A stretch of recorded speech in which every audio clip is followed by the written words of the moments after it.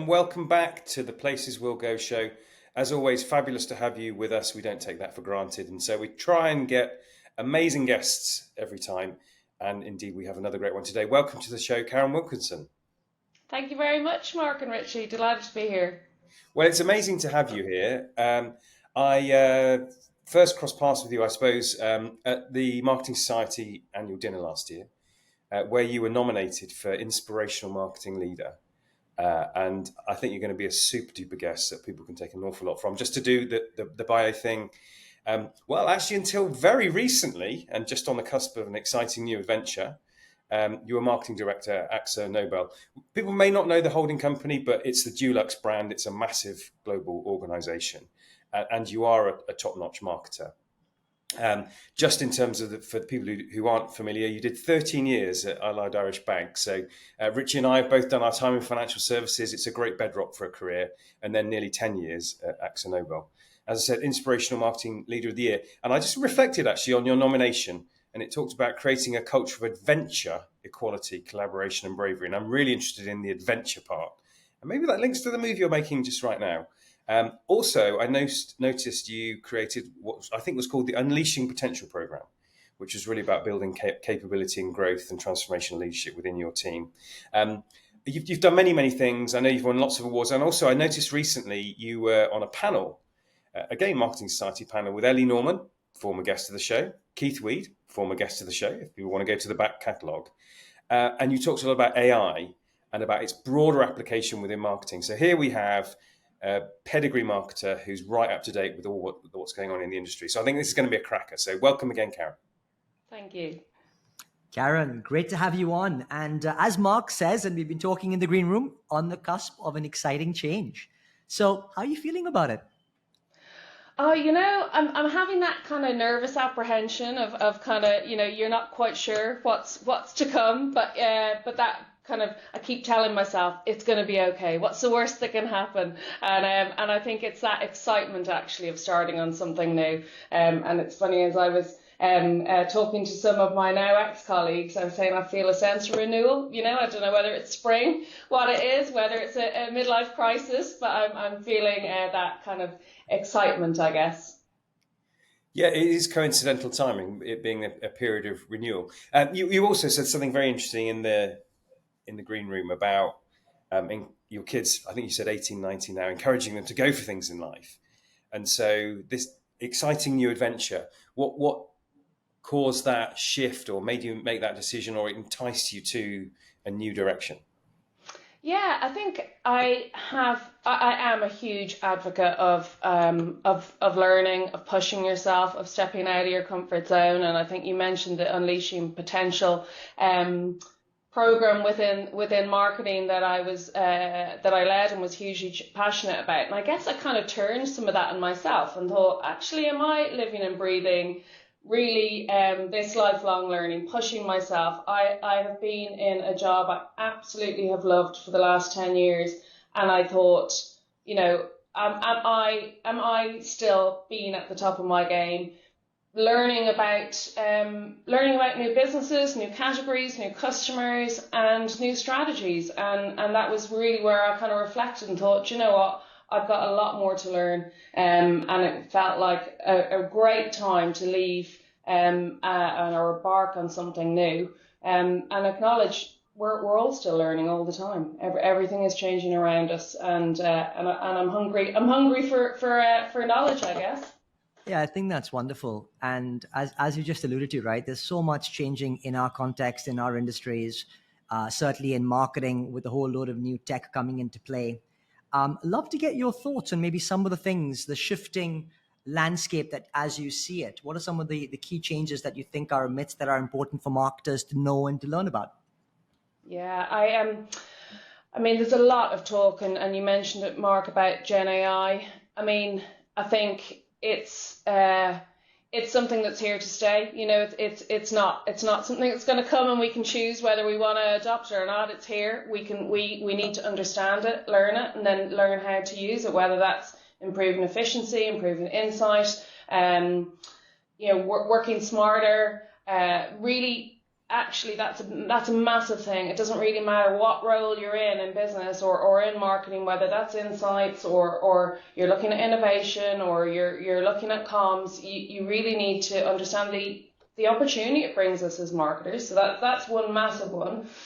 I think another big thing that as marketers we really need to remember, and I know the Accenture song Insights around the kind of life insights and trends talks about where is the love and customer love. We've really got to not lose that amidst the pressures that every business is under right now. You know, it's a challenging time, and it's very easy, I think, within business to look inward and look at just the commercial pressures, the P&L, making sure everything is delivering, but we've got to also keep our eye on the outside, our customers, where the value really is coming from. And I think as marketers, that's a huge responsibility that we have, to bring that outside in and to be looking at our customers, understanding how the business makes money. And what's value for our customers, because ultimately they're the ones determining what's value and what they're willing to pay for. And the other one is just looking ahead at the next generation of who your consumers are, because again, I think we're living in quite we're working in quite a short-term focus quite often, and recognizing actually who's your customers of tomorrow, what do they need, who are they? You know, I think it was on a marketing society course I did some years ago, where it was like, you know, you're not tomorrow's customers. So, you know, it's your kids, it's the next generation, whoever that is, you got to know them. So I think that's something that as well, you know, often junior marketers or people starting out in their career maybe don't realize the power they have in that they have all that insight because they're native at whatever that platform is, and for many that'll be AI. Mm. Well, you've covered quite a lot there. Just on the Where's the Love, the Accenture Life Trends report, it's a cracker, and customers are noticing, and companies are getting caught out. And I think the UK Institute of Customer Service Index, there's a mouthful, is the lowest it's been in a decade. And so companies are not keeping up with customers' expectations. But if that was such a broad perspective you gave there, and we're all a product of our past, I want to rewind the clock a little bit and just understand, you know, a little bit what was growing up like, and what was that point where you stumbled or very deliberately planned to get into marketing? Yeah, I think for me, marketing in a way was kind of my natural calling.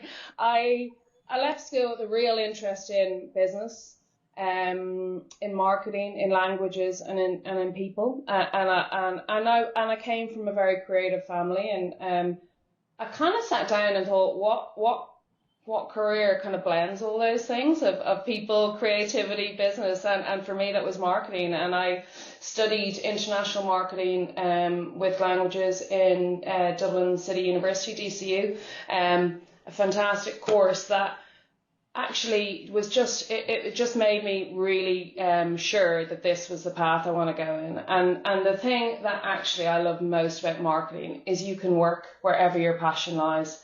So whatever category that is, you know, whether that's beauty, fashion, sport, outdoors, whatever that is, you can bring the same thinking and skills to that industry. And I think that that was, it was kind of a perfect match, really. Certainly for me when I joined AkzoNobel, because I went, now I've got my passion and my professional skill set aligned.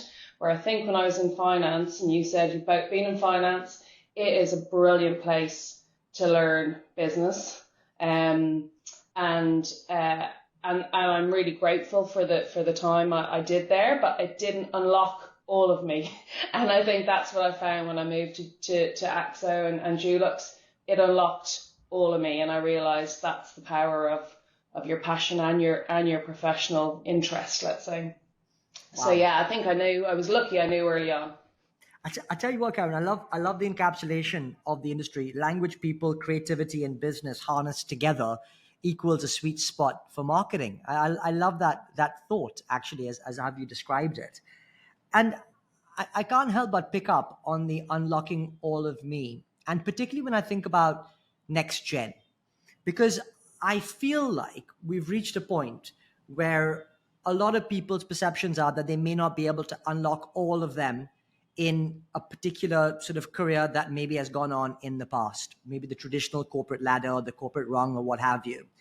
And I just wonder if there is some insight that you can share on that, about how you were able to find that point where you had a match to then be able to unlock all of you in the role that you were doing. How did you go about searching for it, finding that match? Yeah, it was quite a deliberate action, I guess. I took. I went to listen to somebody talk. It was a program called Broody Ambition, and my kids at the time were primary school age, or kind of about 6 or 7 or 8, something like that. And I was also at a point where in my career things were quite intense. I was really enjoying it, but I was realizing I was kind of, busy being mum and being kind of a marketer on a journey, and not wanting to kind of compromise on either, but realizing actually I was just a bit strung out in the middle of all that. So I went to this talk. It was called Broody Ambition, and it started to get me thinking about, actually, okay, how can you kind of integrate these parts of you, these different sides of you?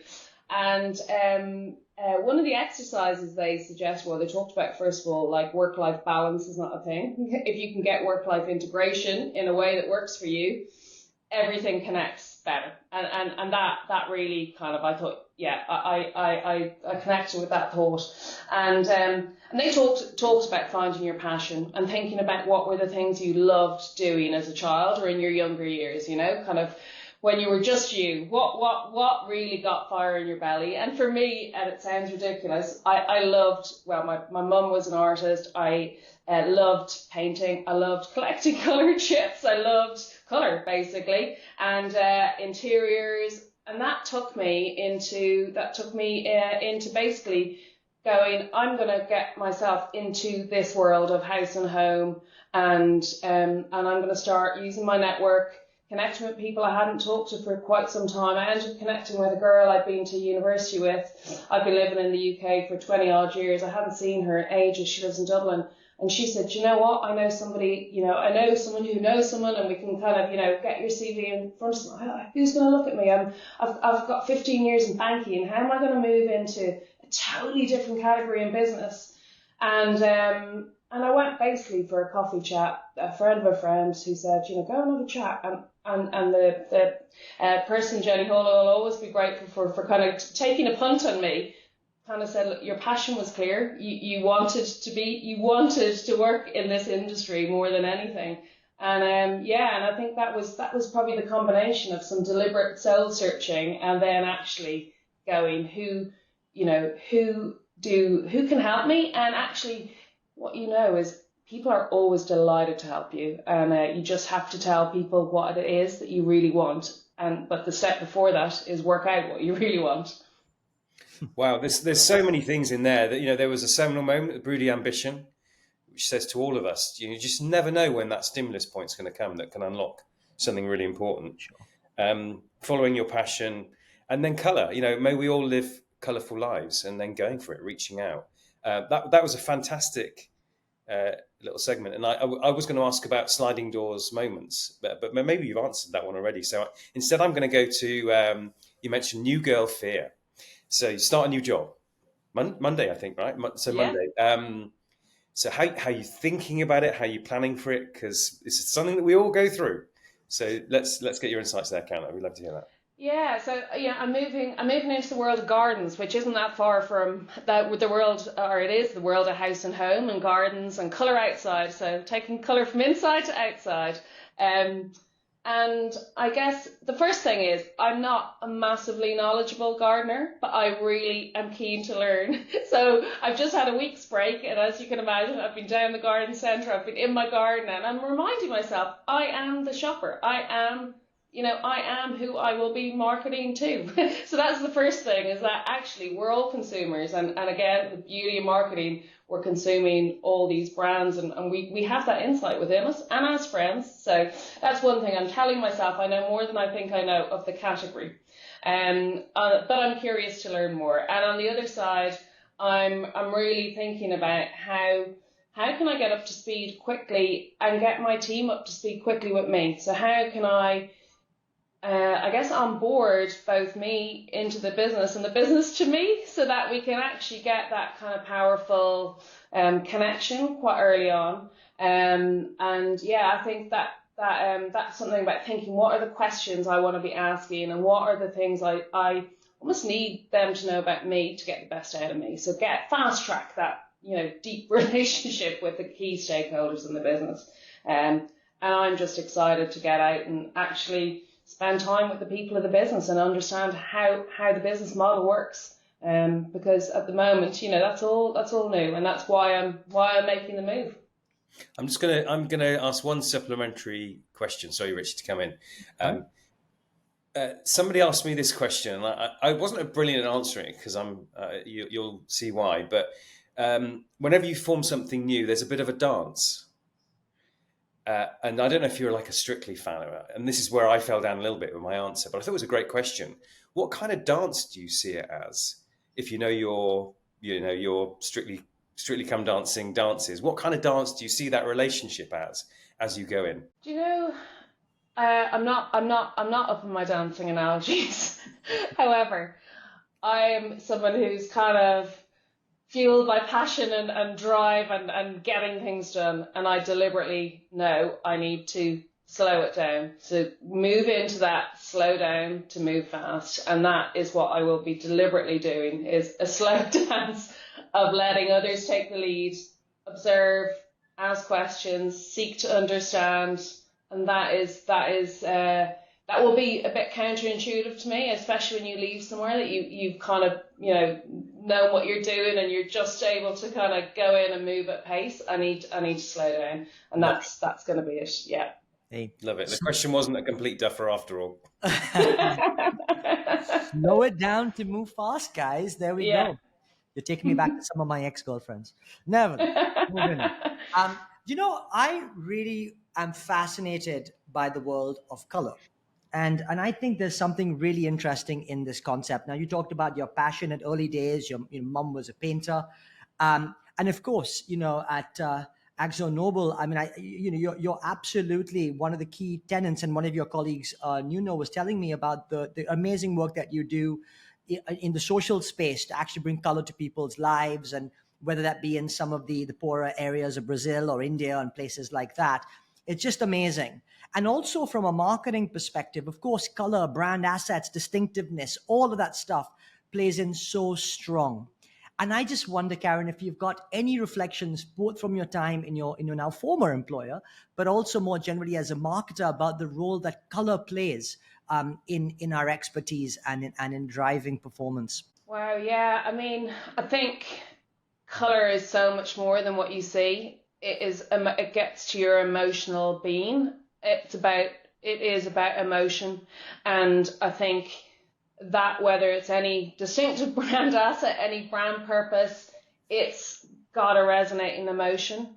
And I think the beauty of color and Dulux, our purpose was about adding color to lives in more way than one, and that can be making the space you're in feel more comfortable, feel more productive. It is not just an aesthetic. We live real lives in spaces, and I think actually a real moment of understanding the power of colour was also through COVID, when we were all suddenly spending so much time in our homes, and we all realised actually to be in a nice space, to be kind of enveloped in a nice surrounding that connects with you and allows you to either express yourself or feel a certain way, enhances your productivity, your emotional well-being, your willingness to, or your enjoyment to use in that space. And I think no more was lockdown a time where we all spent so much time in our homes and surrounded by walls. You need to be inspired by what's around you, but ultimately colour is about emotion and purpose, I think. Vibrancy, energy, lift. And during COVID, people spent a lot of time in their homes, so that was a thing. But I wanted to move on to unleashing potential. So many people listening into this podcast will be thinking about, how do I upskill my team? Many people will be growing into roles where that will become a prerequisite. So you don't have to give away your secret sauce, but tell us a little bit about what Unleashing Potential was, why you did it, and what you think the real impact was. Yeah. So I think unleashing potential came from a space of I really believe more is in all of us. That's first of all. You don't know what you're capable of doing until you do it. I was in the very fortunate position of working with lots of very talented marketers and lots of young people, and not all of them had teams.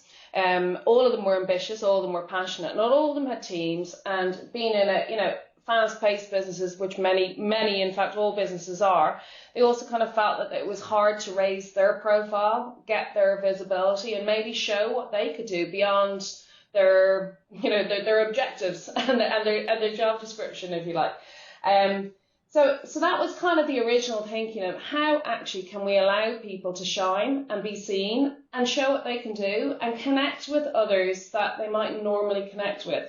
So the Unleashing Potential program was kind of born out of that, and really it was a chance for some more junior, not always junior, but marketers to come together in groups and workshops, take a topic and actually say, okay, well, how can we find out about this topic? So Gen AI is a good example. We had another one about sustainability. How can we go and become more knowledgeable about this topic and then share that with the rest of the team, the business? And that program actually has been running now for about three years or so, where we have like kind of rotations of teams every maybe 5 months or so. We deliberately pick people who don't normally work together to come together and be responsible for delivering something great for the benefit of all, but it also allows them to come and present into the marketing leadership team or the business leadership team, and actually us to get to know them as well. And I have seen so many people flourish through that as individuals, but the whole team has benefited. The whole business has gone, actually, we've spent a whole day on Gen AI. We've used the tools. We've heard from our IT security. We've heard from marketing agencies using Gen AI, and we've all played around with the platforms. And hell, we've done some innovation projects in the day in little mini teams, and everyone has felt better from it. So that is kind of the concept. And that does not replace a kind of a marketing capability, structured learning, if you like, but this was allowing people to be seen, be heard, research something new, and bring that knowledge back to share with others. Oh, wonderful. It sounds like a fantastic initiative. And as you say, I think one of the things that we do need to do is to create the structures to help people to shine in. And I think that's part of the role of marketing leaders, to be able to create those right structures to do that. Now, you may well been through a recruitment process, perhaps in the last little while, but more so, you would have obviously recruited loads of different people into different organizations and businesses. I just wonder, what would be the things that you'd be looking for, and what would be maybe some of the key skills, or perhaps how would you want to show, or how would you want others to shine through in order to get on your radar, in order to create opportunities for themselves? I think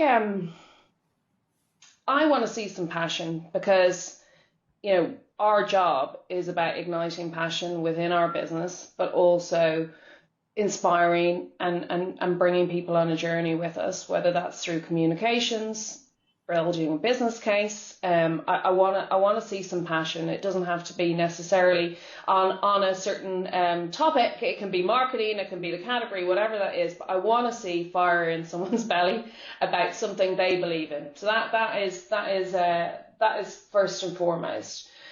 I really want to hear when I'm talking to people. I want to hear them ask questions. I want to hear them actually have done some of their own research and also come with some challenging questions for me or for my colleagues, or challenging questions about the business. I really want to know that they've thought about what they're coming into as well. And I think that I've seen so many people who you just feel like they've just applied for 10 jobs, and this is just another one of those 10. Or you say at the end of an interview, do you have any questions for us? And it's, No, thanks. I think we're all good. I'm like, I want to hear your question. What's on your mind? And I want people who know themselves, who've done some time thinking about who they are, what are their values, what do they care about, what are they going to bring, what are their strengths, and where do they need help? And it's absolutely fine. We all need help on everything. So I don't want to hear really someone who goes, I'm the finished product. None of us are ever. So actually, what are the things that you're going to need to make you even better? They're probably the things I look for most, and they're the people that excite me.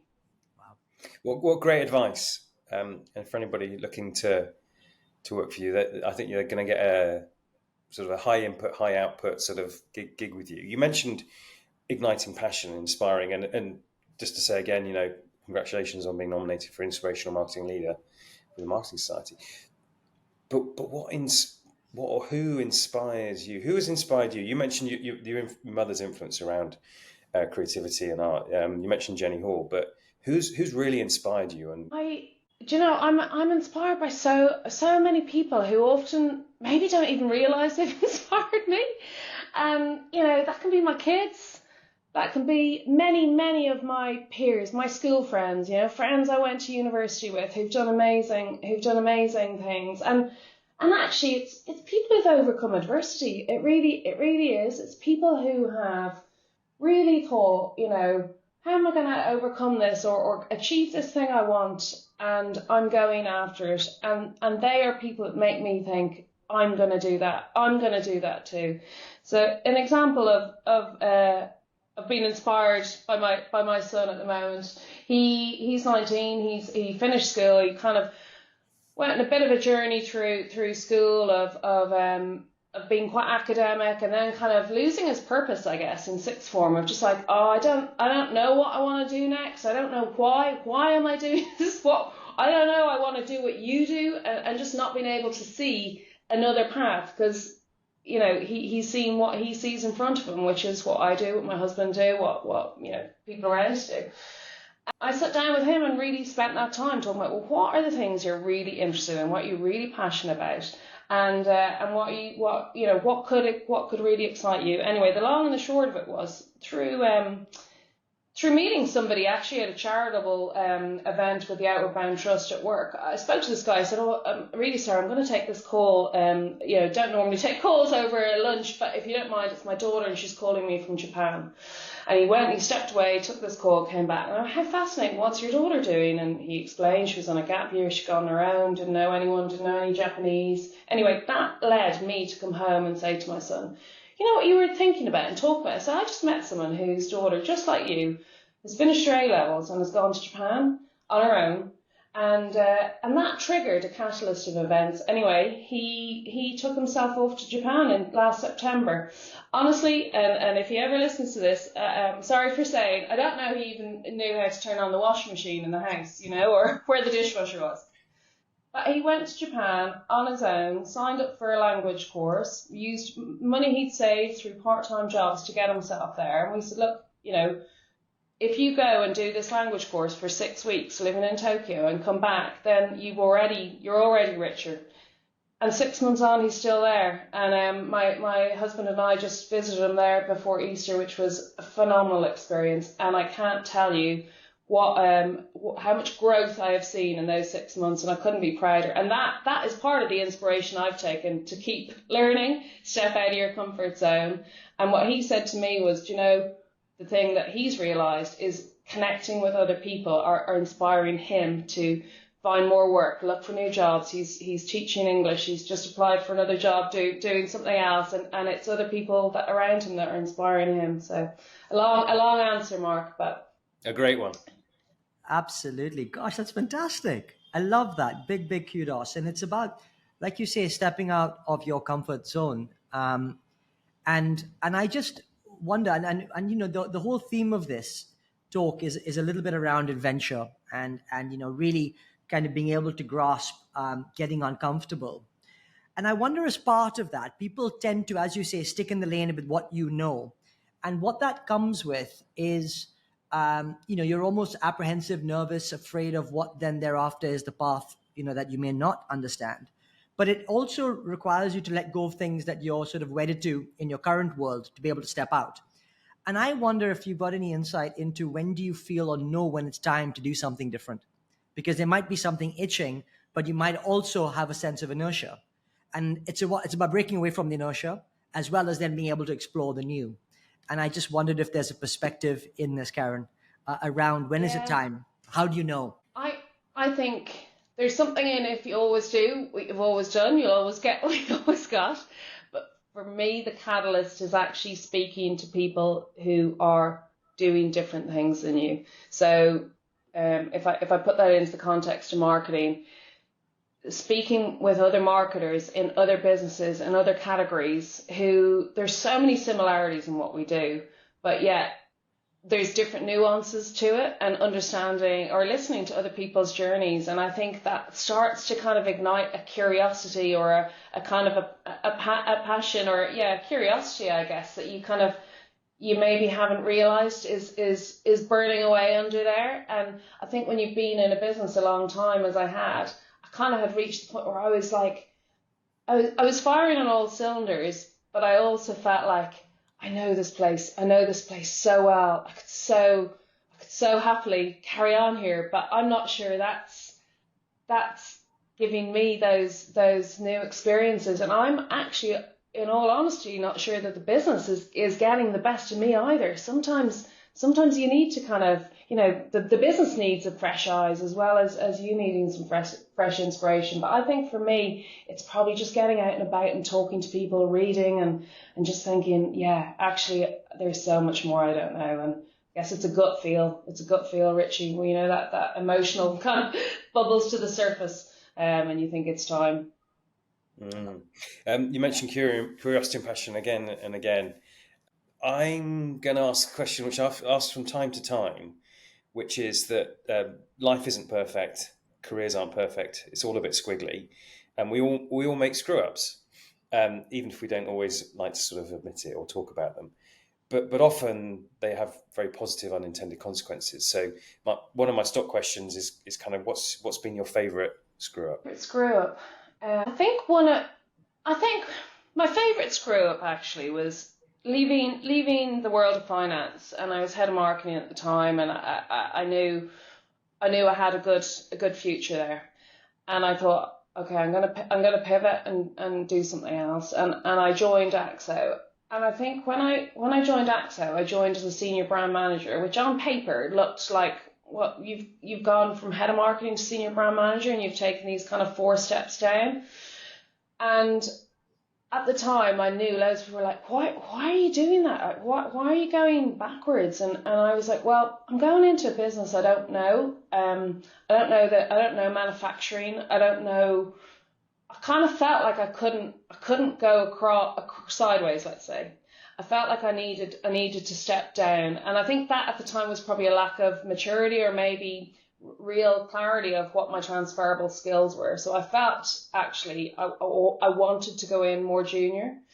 And the reason it's been my favourite screw up, and I don't know if you call it a screw up, but what it allowed me to do was really get into the role and understand the business kind of from the ground up, but also work with all the different functions without the kind of expectation on me. I wasn't joining with people going, oh, you're bringing all this, what are you gonna, do next? It was kind of like, who are you and why are you here? And I went through, I guess, many of those kind of more junior roles that I had done earlier on in my career, but in a different business that allowed me to understand how that business worked, understand the challenges that the more junior people in the team face, whether that's working through stage gate processes or trying to get information from systems or working things out. And actually that allowed me, once I'd kind of been a year in there, I went, okay, I understand the business. And actually then I realized I can get back to operating at a more senior level, but I didn't have the confidence to have gone sideways. So I don't know, not quite a screw up, but it was a real reflection of actually something that would really help me, and became a big tool in my toolbox. I love that thought because, like you say, I think it takes us a real amount of bravery to admit when you may need to take that step back to then move forward, or recognize, as you say, a few moving parts, and where you needed to be.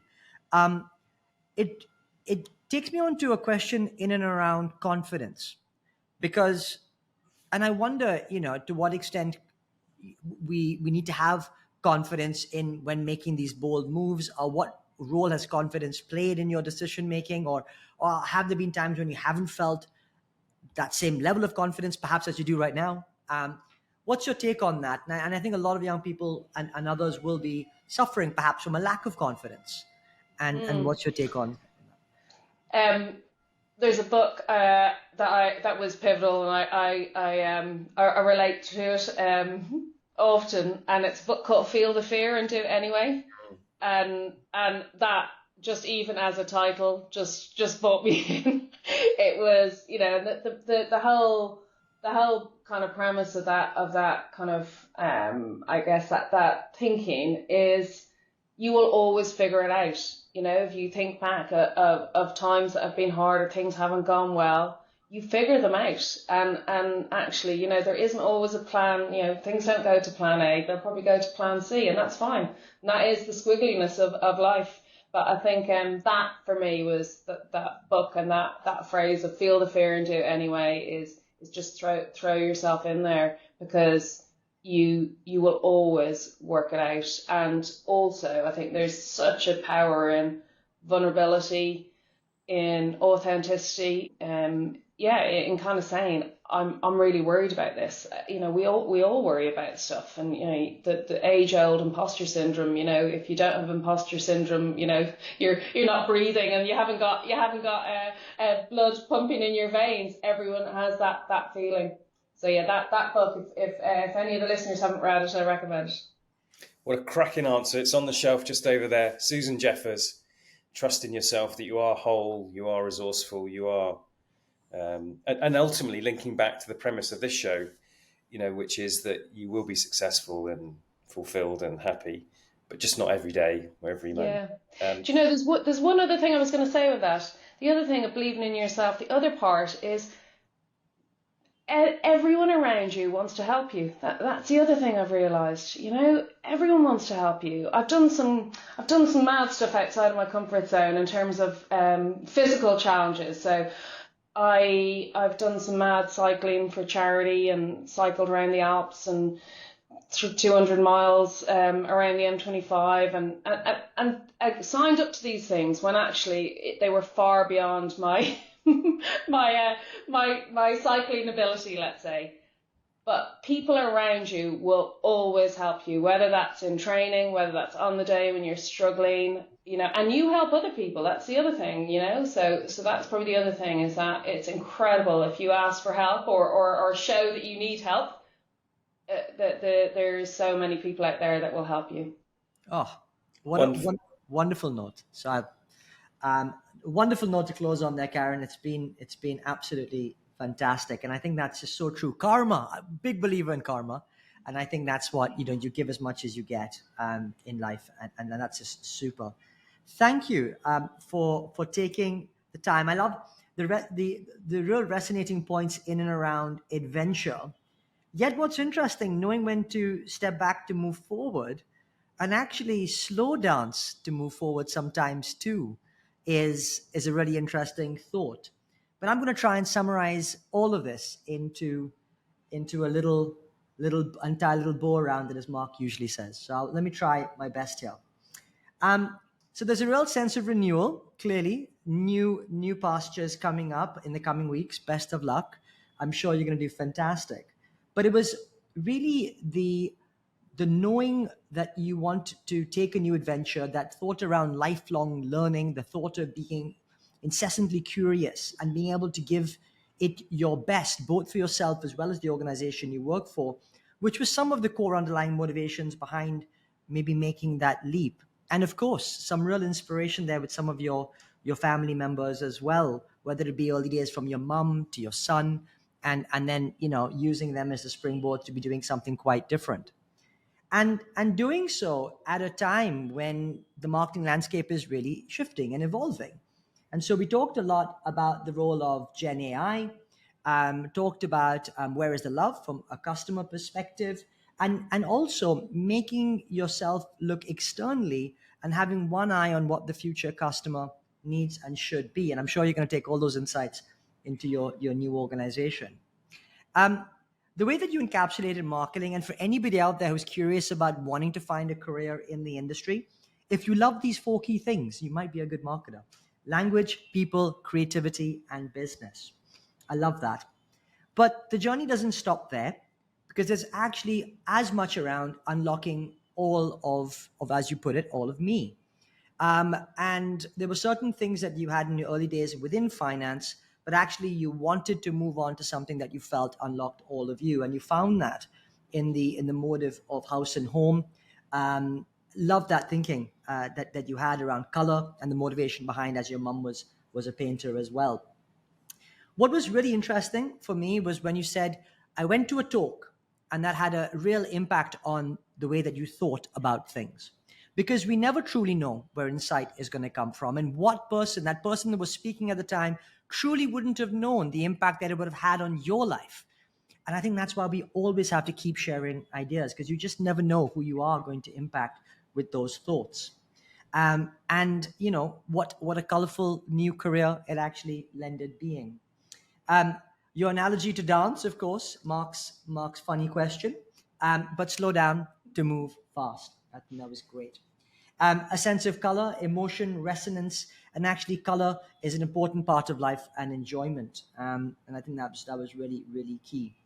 And then we spoke a lot about the role of unleashing potential and how you were able to use initiatives like that to help young people to find their way, find their mojo, as it were, and actually elevate their own personal brands, and the importance that it does have within that.